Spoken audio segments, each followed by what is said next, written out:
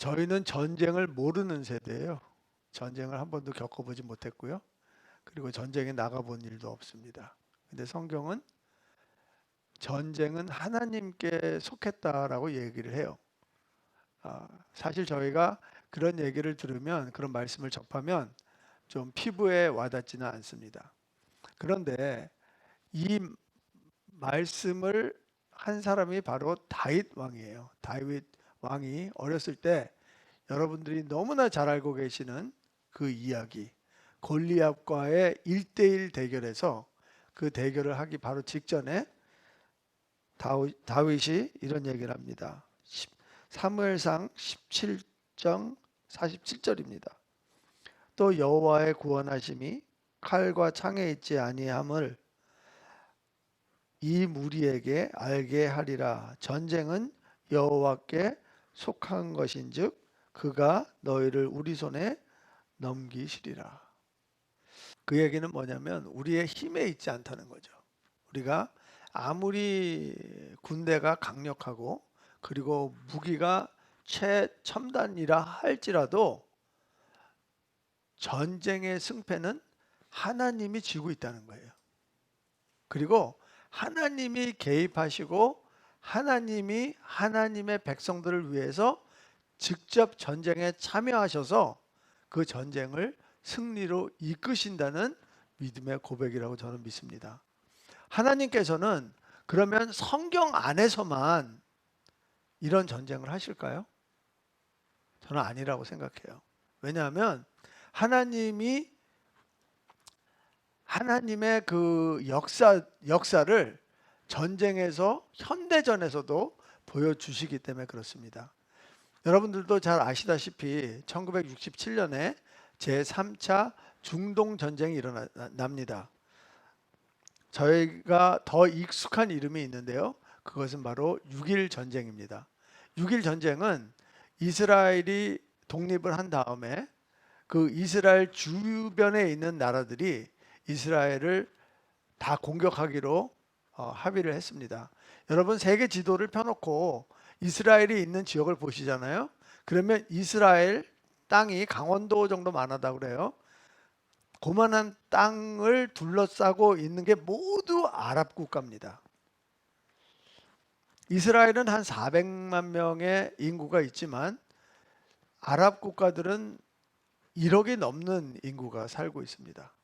그래서 이스라엘 북쪽에 시리아와 그 다음에 이스라엘 동쪽에 요르단과 이스라엘 남쪽에 이집트가 이 세 나라가 침공을 하고 그리고 나머지 아랍 국가들은 전부 다 이 세 나라를 도와주자고 동맹을 맺었습니다. 그리고 이 사람들이 뭐라고 그랬냐 하면은 푸른 지중해 바다가 붉게 물들 때까지 이스라엘을 완전히 진멸하겠다고 그랬어요. 생각해 보세요. 이스라엘에 살고 있는 이스라엘리들은요, 사실 많이 두려웠을 겁니다. 그리고 벌써 2차 세계대전 때 600만 명의 유대인들이 학살을 당했는데 또 이런 홀로코스트를 당하는 게 아닌가 많이 걱정을 했다 그래요. 그래서 이스라엘 그 지도부에서는 우리가 이길 수 있는 방법은 하나밖에 없다. 우리가 먼저 선제 공격을 하자라고 결정을 내렸다 그래요. 그리고 거기에서 우리가 이 전쟁을 유엔이 개입하기 전에 빨리 끝내야 되기 때문에 6일 안에 끝내자고 결정을 내리고 그리고 1967년 6월 5일 아침에 이스라엘 공군이 이집트를 먼저 공격을 합니다. 생각을 해보세요. 어떻게 현대전에서 6일 만에 전쟁을 끝낼 수가 있을까요? 그리고 여러분 왜 6일인 거라고 생각하세요? 왜냐하면 이스라엘 사람들은 6일 동안 전쟁하고 그 7일째 되는 날 안식했어요. 그리고 이 전쟁이 끝난 다음에 자기 영토의 3배나 늘어났어요. 그리고 더 놀라운 사실은 지난 2000년 동안 한 번도 예루살렘을 가져본 적이 없어요. 그런데 예루살렘까지 탈환을 했다는 거죠. 그런데 이 6일 동안의 전쟁에 정말 많은 초자연적인 현상이 일어났다는 거예요. 한 가지만 말씀드릴게요. 시간이 없으니까. 한 이스라엘리 병사가 시나이 반도 쪽에서 전투를 하다가 부대를 잊어버렸어요. 그래서 부대를 찾으려고 돌아다니다가 수천 명의 이집트의 군인들과 딱 맞부딪혔어요. 그런데 이집트 군인들이 전부 다 무기를 버리고 그 한 명의 병사한테 전부 다 항복을 합니다. 투항을 해요. 그래서 이 한 명의 이스라엘리 병사가 수천 명의 이집트 군인을 데리고 자기 부대로 귀환합니다. 부대에서는 난리가 난 거죠. 아니 어떻게 한 명이 수천 명의 이집트 군사들을 포로로 데리고 오냐는 거예요. 그래서 이집트의 장교들을 불러서 신문을 합니다. 왜 너희들이 투항을 했냐? 왜 한 사람한테 투항을 했냐고 물어보니까 이 이집트의 장교들이 뭐라고 대답하냐면 너의 군인은 한 명밖에 없었지만 그 사람 뒤에 수천 명의 천사가 총을 우리에게 겨누고 있었다. 우리는 너희들과 전쟁할 준비는 다 끝냈지만 하나님의 군대와 전쟁할 준비는 되지 않았다. 그래서 우리가 항복했다라고 고백을 했다는 거예요. 근데 이런 사실들이 6.1 전쟁이라는 책에 나와 있어요. 뭐 여러 가지 그런 기이한 일들이 일어났지만 다 소개는 할 수 없고, 그리고 이 이스라엘리 군대를 총지휘한 사령관 이름이 모세 단이라는 사람이라 그래요. 근데 이 사람은 하나님을 믿지 않았다 그래요. 기본적으로 유대인이라 뭐 하나님에 대한 경외심은 있을 수 있지만 사실 많은 유대인들이 이스라엘 땅으로 되돌아왔을 때, 역이민했을 때 이 사람들은 하나님을 믿는 사람들도 있지만 민족주의 때문에 돌아간 사람들도 많아요. 뭐 모세 다한이 어떤 사람인지는 모르지만 이 사람이 하나님을 그렇게 믿는 사람은 아니었어요. 6월 11일 전쟁이 끝난 그 다음 날 자기네들이 탈환한 예루살렘의 그 통곡의 벽에 이 사람이 나왔어요. 그리고 거기에다가 그 메모지에다가 뭐를 써서 그 성벽에 꽂아놓고 기도를 하고 그 자리를 떠납니다. 여러분들도 다 아시다시피 그 통곡의 벽에다가 그 하나님한테 기도문을 써서 거기다 이렇게 꽂아놓고 기도를 하는 게 그 사람들의 전통이라는 거는 다 알고 계실 거예요.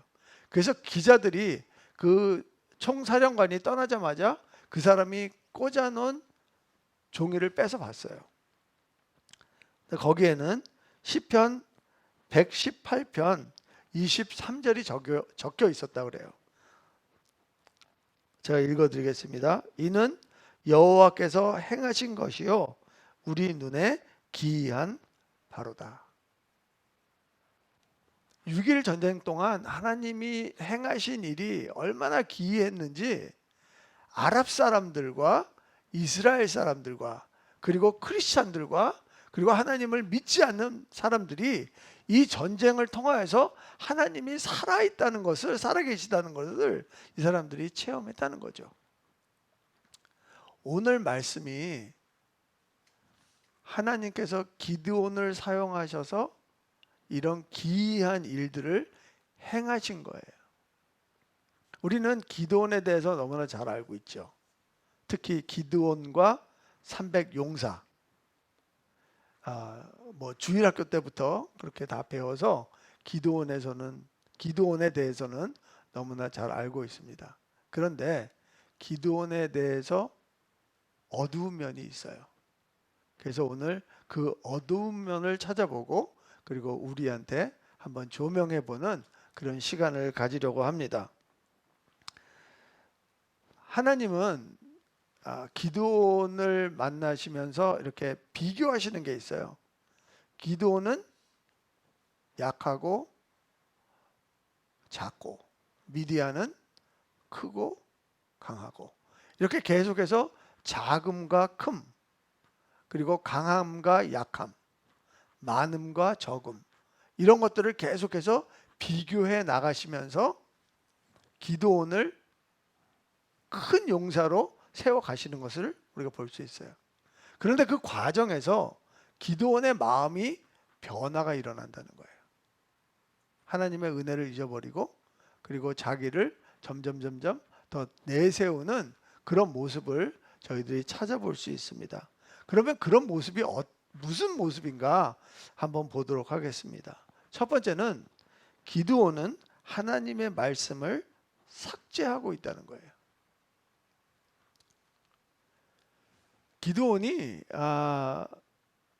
너무 겁을 먹고 두려워하니까 하나님께서는 기드온한테 확신을 주려고 어떤 말씀을 하시냐면, 이제 네가 그 미디안의 진영에 직접 내려가서 그 너의 적들이 무슨 이야기를 하는지 한번 들어봐라.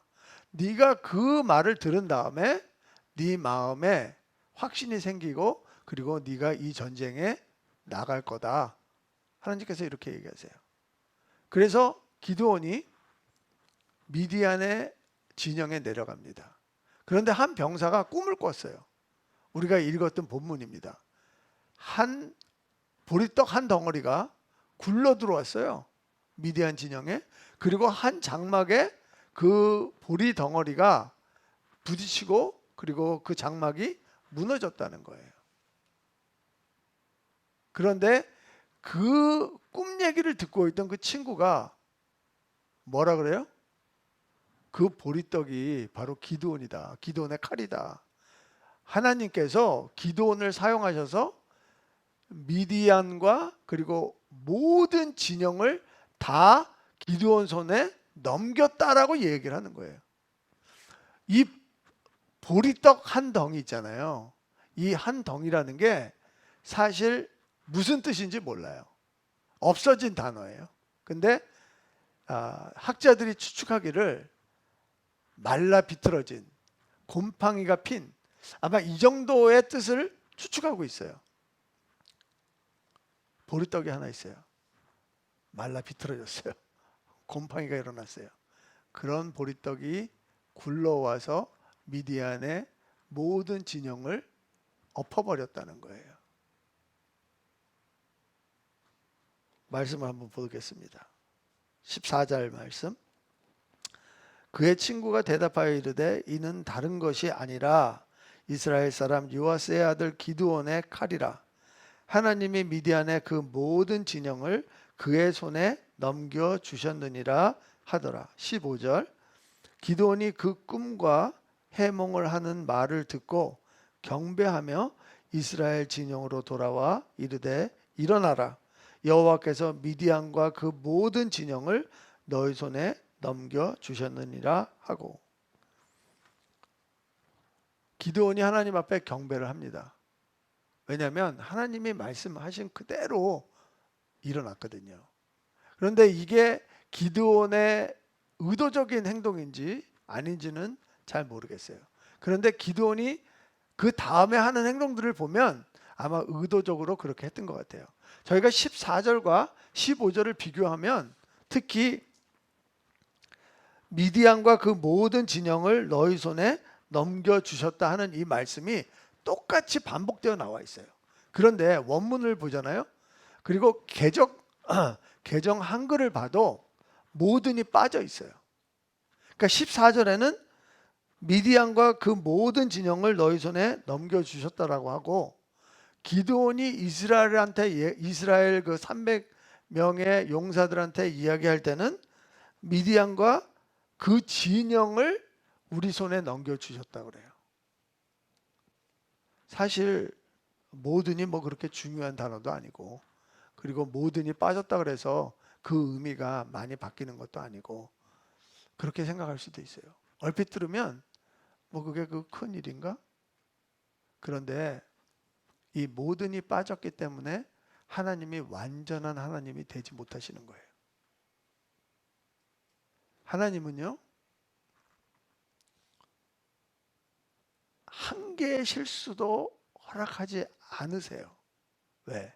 하나님이 완전하신 분이기 때문에 그래요. 하나님이 100개를 잘하다가 1개를 못했다고 쳐보자고요. 그러면 우리가 믿는 하나님을 우리는 신뢰할 수 없어요. 그 하나가 내가 될지 어떻게 아는 거예요? 그렇죠? 그래서 예수님이 마태복음 5장 18절에 이런 말씀을 하세요. 진실로 너에게 이르노니 천지가 없어지기 전에는 율법의 1.1획도 결코 없어지지 아니하고 다 이루리라. 하나님의 말씀은요 1.1획 없어질 수가 없어요. 하나님의 말씀은요 1.1획 이루어지지 않을 수가 없어요. 그게 이루어지지 않는 순간 하나님은 완전하신 하나님이 아니세요. 학자들 간에 여러 가지 견해가 있지만 그 복음서를 보면 예수님께서 십자가에 달려 계실 때 그 신포도주를 입에 대시는 게 나오고요. 또 어떤 부분에서는 몰약을 포도주에 탄 그런 장면이 나와요. 그런데 예수님께서 그 포도주에다 몰약을 탄 포도주는 입에 대지 않으세요. 그러니까 신포도주라는 것은 포도주를 그냥 놔두면 식초가 되거든요. 그래서 그 식초는 입을 대세요. 그런데 포도주에 몰약을 탄 것은 입에 대지 않으세요. 그래서 왜 이게 차이가 있느냐? 학자들마다 얘기가 있는데 그게 중요한 게 아니고요. 왜 예수님께서 식초에다는 입을 대셨는데 포도주에다가는 입을 안 대셨을까? 식초에 대한 예언은 시편에 나와 있어요. 그런데 예수님께서 제자들한테 이런 약속을 하세요. 이제부터 하나님의 나라가 임할 때까지 포도나무에서 난 것을 다시 마시지 않겠다. 예수님께서는요 제자들에게 내가 포도나무에서 난 거 뭐예요? 포도주예요. 포도주는 하나님의 나라가 임할 때까지 드시지 않겠다 그런 거예요. 지금 예수님은 십자가에 박혀서 죽어가고 계세요. 너무나 고통스럽고 힘든 상황이에요. 저 같으면요 제가 이런 말 했는 거 기억도 못할 것 같아요. 근데 말씀이신 예수님은 십자가에서 죽어가시는 순간까지도 예수님께서 하신 그 말씀을 기억하시고 이루셨다는 거예요. 왜 사사기가 이렇게 어두워졌는지 아세요? 사사기 시대가 왜 이렇게 어두워졌는지 아세요? 말씀의 부재 때문에 그래요. 우리가 하나님을 사랑하고 하나님 앞에 예배드리고 그럼에도 불구하고 우리 삶 속에 하나님의 말씀이 얼마나 살아서 역사하느냐? 사실 저도 창피해요. 하나님 말씀 매일 읽죠. 하나님 말씀 매일 묵상하죠. 그런데 정말 내가 하나님 말씀을 정말 하나밖에 남지 않은 생명의 줄이라고 생각하고 그걸 붙들고 가느냐?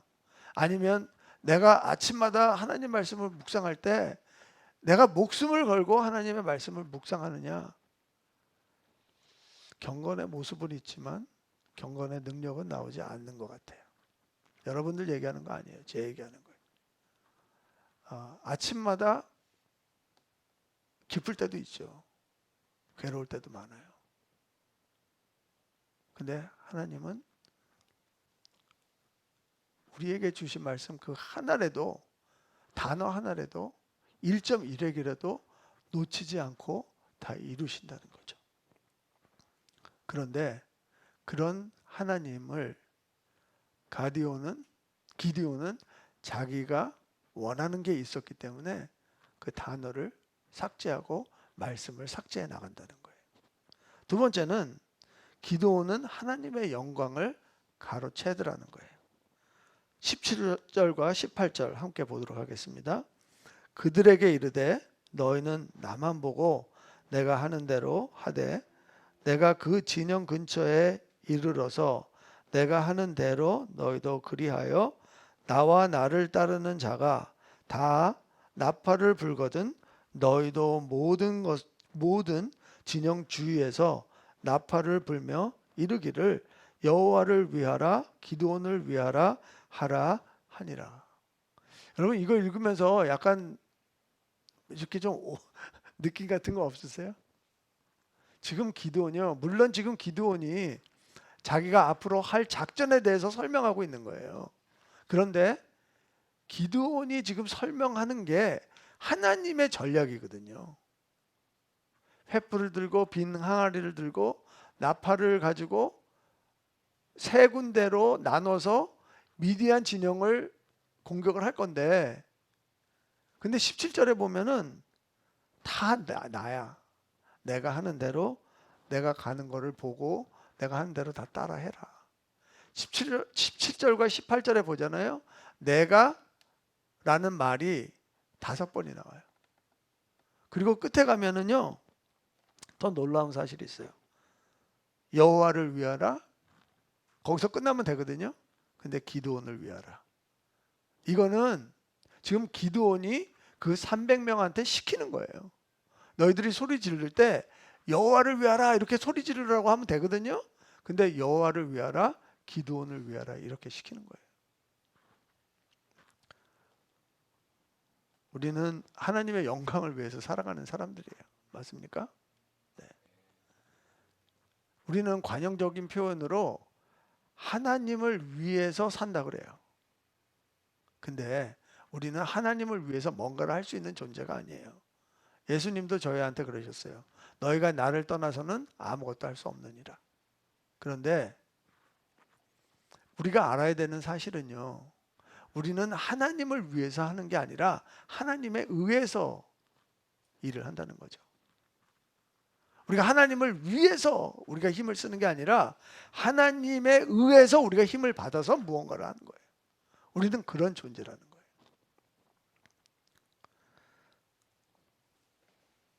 예수님께서 예루살렘을 가시려고 사마리아 지역을 지나가시다가 한 고을에 들리십니다.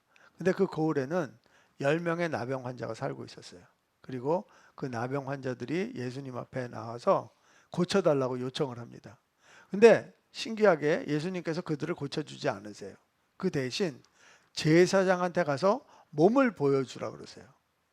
아마 나병 환자들은 좀 이상했을 거예요. 아직 내가 낫지도 않았는데 제사장한테 가서 몸을 보여준다는 게 이해가 되지 않았을 거예요. 그런데 이 10명의 나병 환자들이 제사장에게 가는 도중에 자기 몸이 다 나은 것을 깨달았어요. 아마 9명은 너무 기뻐서 제사장한테 막 뛰어갔을 거예요. 그런데 한 사람은 예수님께로 다시 돌아와요. 근데 그 사람은 유대인이 아니었어요. 사마리아인이었어요. 누가복음 17장 18절에 보면 예수님이 그 사마리아인에게 이렇게 말씀하십니다. 이 이방인 외에는 하나님께 영광을 돌리러 돌아온 자가 없느냐 하시고, 지금 기드온은요, 이 부정한 나병 환자들이 제사장으로 가는 그 길에 깨끗하게 된 것처럼 약하고 힘없는 기드온이 큰 용사로 지금 변화받고 있는 그 과정이에요. 그런데 나병 환자들은, 그 사마리아 나병 환자는 하나님의 은혜를 잊지 않고 돌아와서 하나님 앞에 영광을 돌렸어요. 하나님의 은혜를 잊지 않는 사람만이 하나님께 영광을 돌릴 수 있는 거예요. 그러면 뒤집어서 얘기하면 하나님의 은혜를 잊어버린다는 것은요, 결국에 가서는 내가 한 게 되는 거예요. 그리고 하나님의 영광을 가로채는 행동으로 바뀔 수밖에 없다는 거죠. 기도는 하나님께서 알려준 방법을 사용해요. 그렇지만 그 뒤에는 슬쩍슬쩍 자신의 업적을 집어넣는 것을 볼 수가 있어요. 근데 이게 세 번째 포인트에 가서는 점점 심해지는 것을 볼 수가 있습니다. 세 번째는 기드온은 하나님의 흔적을 지우고 있다는 거예요. 기드온은 하나님이 부르셨을 때 므낫셋, 납달리, 아셀 지역에서 기드온을 따르던 32,000명의 사람들이 있었어요. 근데 이 사람들이 전부 다 하롯셈이라는 곳에서 다 모였습니다. 하나님이 그거를 보시고 너무 많다. 두려워하는 사람 22,000명은 보내라. 그래서 보냅니다. 잘 아시다시피. 그리고 그 10,000명이 남았는데 그 10,000명 중에서도 9,700명을 또 보냅니다. 300명 남았어요. 자, 생각해 보세요. 13만 5천 명이랑 싸워야 되는데 3만 2천 명도 너무 모자라요. 근데 어떻게 300명 가지고 싸우라는 거예요. 그런데 하나님이 기드온한테 설명을 해 주십니다. 사사기 7장 2절 말씀입니다. 여호와께서 기드온에게 이르시되 너를 따르는 백성이 너무 많은즉 내가 그들의 손에 미디안 사람을 넘겨주지 아니하리니 이는 이스라엘이 나를 거스러 스스로 자랑하기를 내 손이 나를 구원하였다 할까 함이니라. 하나님이 싫어하시는 게 뭐예요? 하나님이 하셨는데 인간이 하나님의 영광을 가로채는 거예요. 그리고 하나님의 흔적을 지우는 거예요. 하나님 싫어하신다는 거죠. 23절에 보잖아요. 그러면 그게 뚜렷이 나와 있어요. 이스라엘 사람들은 납달리와 아셀과 온 므낫셋에서부터 부름을 받고 미디안을 추격하였더라. 이게 무슨 말이냐면 기드온이 300명과 함께 공격을 했어요. 근데 미디안 진영 안에서는 서로 죽이는 일들이 일어나는 거예요. 하나님이 직접 싸우고 계시는 거죠. 그런데 기드온이 한 일이 뭐냐면 그 32,000명 있잖아요. 돌려보냈던 32,000명 그들을 다시 소집하는 거예요. 야, 너희들 빨리 와라. 지금 이 미디안을 쳐야 되겠다. 그것만이 아니에요. 24절입니다. 기드온이 사자들을 보내서 아브라임 온 산지로 두루 다니게 하여 이르기를 내려와서 미디안을 치고 그들을 앞질러 벳바라와 요단강에 이르는 수로를 점령하라 하매 이에 에브라임 사람들이 다 모여 벳바라와 요단강에 이르는 수로를 점령하고 이제 다른 지파 에브라임 지파까지 다 오게 하는 거예요. 이게 우리가 볼 때는 별 큰일 아닌 것 같이 보일 수도 있어요. 근데 기드온이 지금 하고 있는 것은 하나님이 300명만 허락하시고 그리고 이 300명을 통하여서 이 큰 전쟁을 하나님께서 승리로 이끄시겠다고 약속을 주셨는데도 불구하고 기드온은 계속해서 군대를 모으는 거예요. 이게 하나님의 힘이 아니고 우리의 힘으로 나의 힘으로 했다는 것을 지금 보여주고 있는 것입니다. 기드온이 이렇게 했을 때 어떤 결과가 나왔을까요?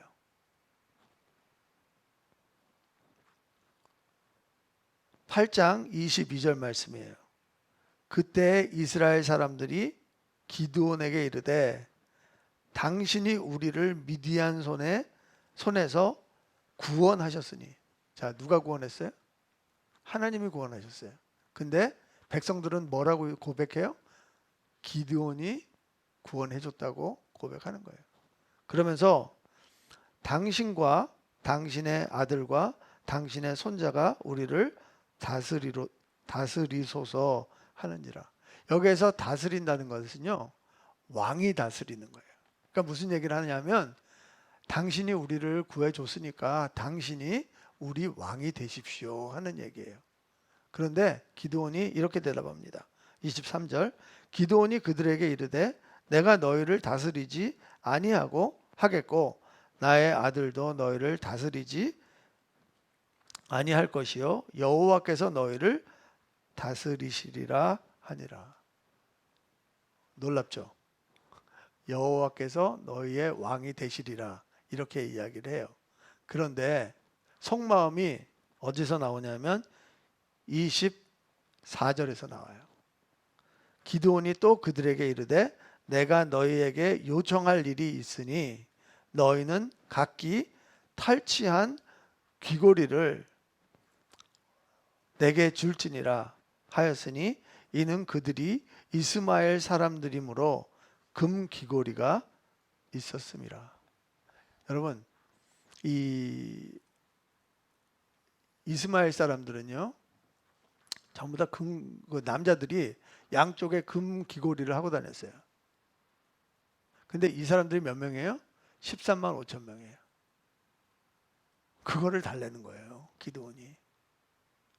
기드온이 이 전리품을 이렇게 나누는 것이 아니라 자기가 갖겠다는 거예요. 그게 무슨 말이냐면 나는 너희들을 다스리지 않겠다. 그런데 나한테 세금을 내라. 이 소리예요. 나는 왕이 아니야. 너희들의 왕은 하나님이야. 그런데 너희가 세금은 나한테 내. 지금 기드온이 그 얘기하고 있는 거예요. 그런데 그 금이 얼마나 많은 양이냐면요. 26절에 기드온이 요청한 금 귀고리의 무게가 금 1700세겔이요. 그 외에 또 초승달 장식들과 폐물과 미디안 왕들이 입었던 자색 의복과 또 그 외에 그들의 낙타목에 둘렀던 사슬이 있었더라. 성경에는요, 이 낙타의 숫자가 나오지 않아요. 뭐라고 나오냐면 해변에 모래 같다고 나왔어요. 그러면 그 낙타의 목에 걸려있던 초승달 장식, 금으로 만든 장식, 그리고 그거를 메고 있었던 그 사슬, 전부 다 금이에요. 그거를 다 기드온이 갖는 거예요. 기드온이 왜 자신이 왕이 되지 않겠다고 한 이유가 있어요. 그것은 자기가 벌써 권력을 쥐고 있어요. 모든 사람들이 자신을 따르고 있어요. 그 사람이 왕이 되잖아요. 기드온이 왕이 되면 종교적으로는 자기가 힘을 쓸 수가 없어요. 그래서 왕이 되지 않는 대신에 세금을 걷어들였고요. 그리고 그 금으로 제사장이 입는 에봇을 만들어요. 그리고 그 에봇을 가지고 종교적인 영향력을 끼치기 시작해요. 자, 보세요. 군사력 가졌죠. 정치력 가졌죠. 권력 가졌죠. 종교적인 영향력을 다 가지고 있죠. 그 다음에 재물도 가졌죠. 기드온은 모자르는 게 하나도 없었어요.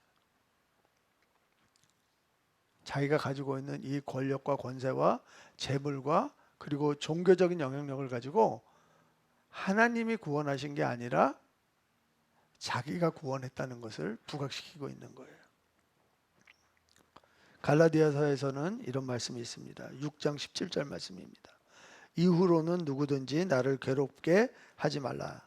내가 내 몸에 예수의 흔적을 지니고 있노라.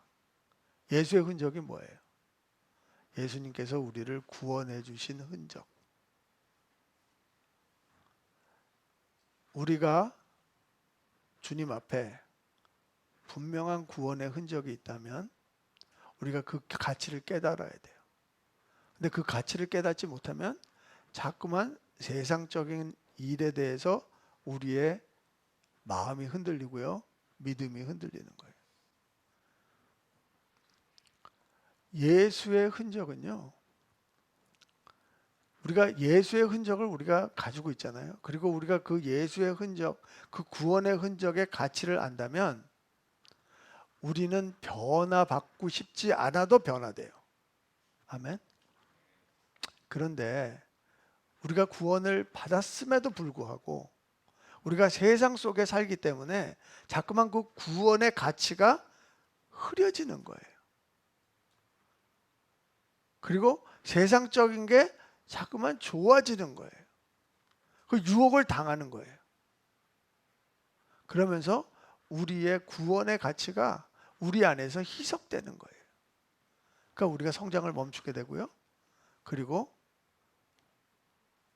교회 나와서 예배드리고 하지만 직장에 나가서는 세상 사람과 별반 다르지 않는 삶을 살아가게 된다는 거죠. 기드온의 속마음은 이미 왕이 되어 있었어요. 여러분 이렇게 얘기하실지도 몰라요. 오케이. 여지껏 그렇게 얘기한 게 기드온의 그 어두움을 얘기를 했는데, 근데 한 번도 기드온이 나는 왕이라고 얘기한 적이 없지 않냐, 이렇게 이야기하실 수도 있어요. 맞아요. 기드온은 한 번도 자신이 왕이라고 얘기한 적이 없어요.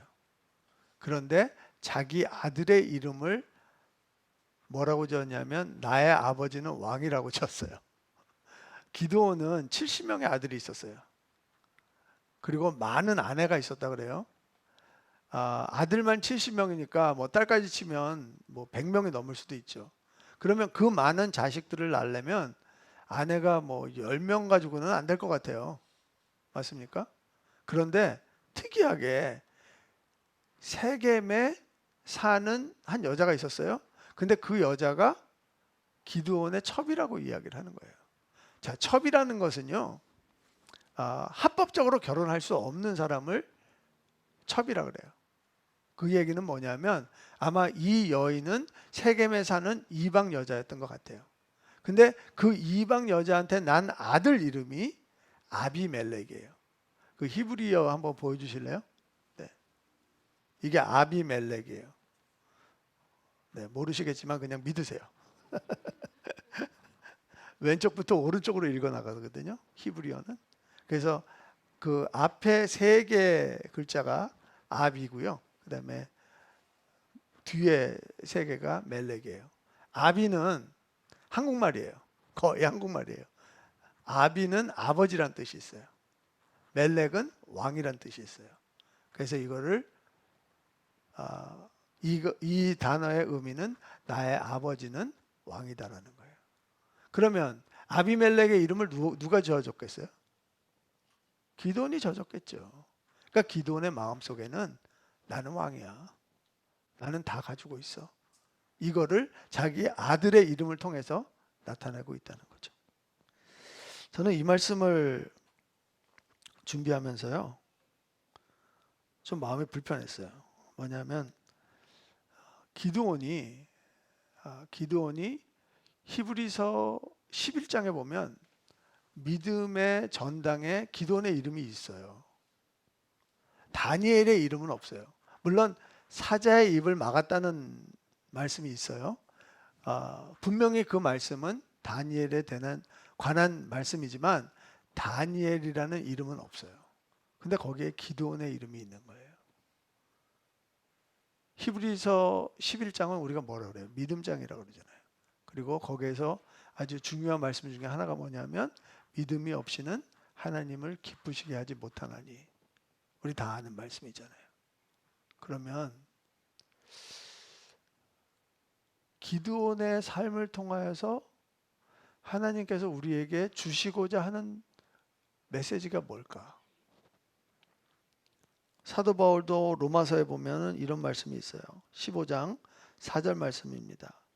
무엇이든지 전에 기록된 바는 우리의 교훈을 위하여 기록된 것이라고 그랬어요. 그러면 이 기드온의 삶을 통하여서 성경이 우리에게 주고자 하는 메시지가 있다고 저는 믿어요.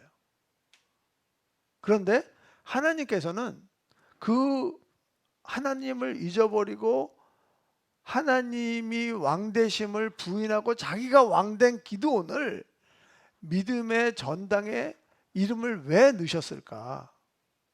그러면 기드온 삶 속에서 하나님이 기쁘게 받으신 그 믿음이 있지 않을까, 이 생각을 하게 된 거죠. 기드온은 약했어요. 그리고 기드온은 작았어요. 그리고 기드온은 두려웠어요. 그런데 하나님이 부르셨을 때 그는 순종하고 따랐어요. 물론 의심을 했어요.